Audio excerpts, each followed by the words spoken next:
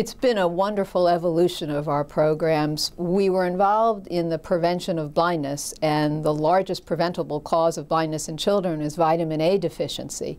But then in the 1970s, with Professor Al Sommer and others, groundbreaking research was done that showed that vitamin A deficiency not only caused blindness in children, it also increased child mortality. So this was a lens for us into the whole world of malnutrition. Once we knew that vitamin A deficiency could increase a child's chance of surviving, we felt we had to get involved in delivering that solution to even more millions of children.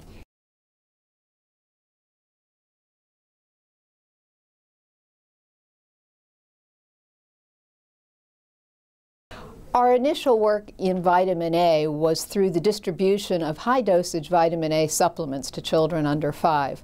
But we felt that that was just one arrow in the quiver, if you will, and that we needed a more comprehensive approach to ensure that children and families got the nutrients they needed.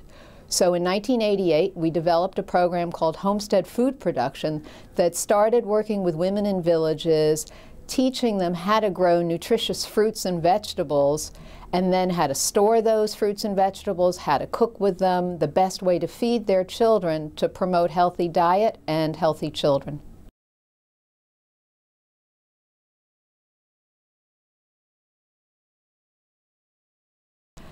The case in Nepal was an interesting one because there was a taboo against feeding children eggs, yet eggs are a rich source of protein, and those yellow or orange egg yolks are a very rich source of vitamin A.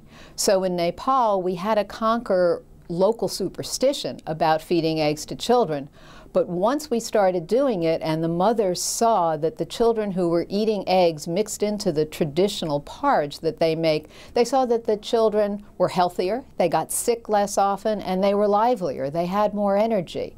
And once a mother saw her child livelier and healthier, they were very welcoming of the idea of then continuing to feed their children eggs.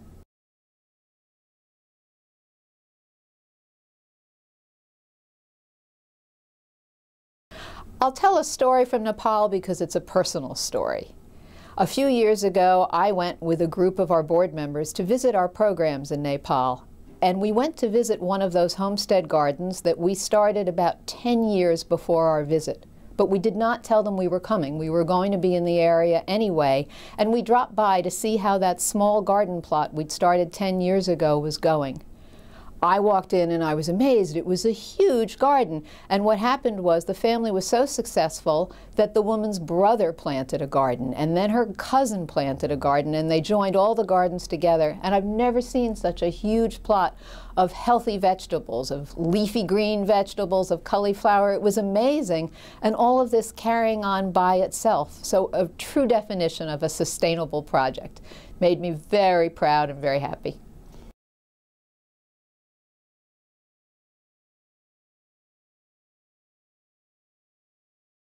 Within Homestead Food Production, we want to continue to make the program better and have it reach more people.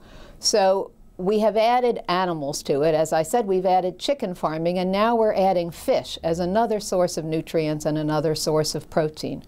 We're also expanding our focus to look at the important elements of hygiene and sanitation because those are key to good health. And we're also working to build up the income generation aspect of the program. One piece of the Homestead Food Production program is that the women have been able to grow enough fruits and vegetables and have chickens that lay enough eggs that they can bring them to market.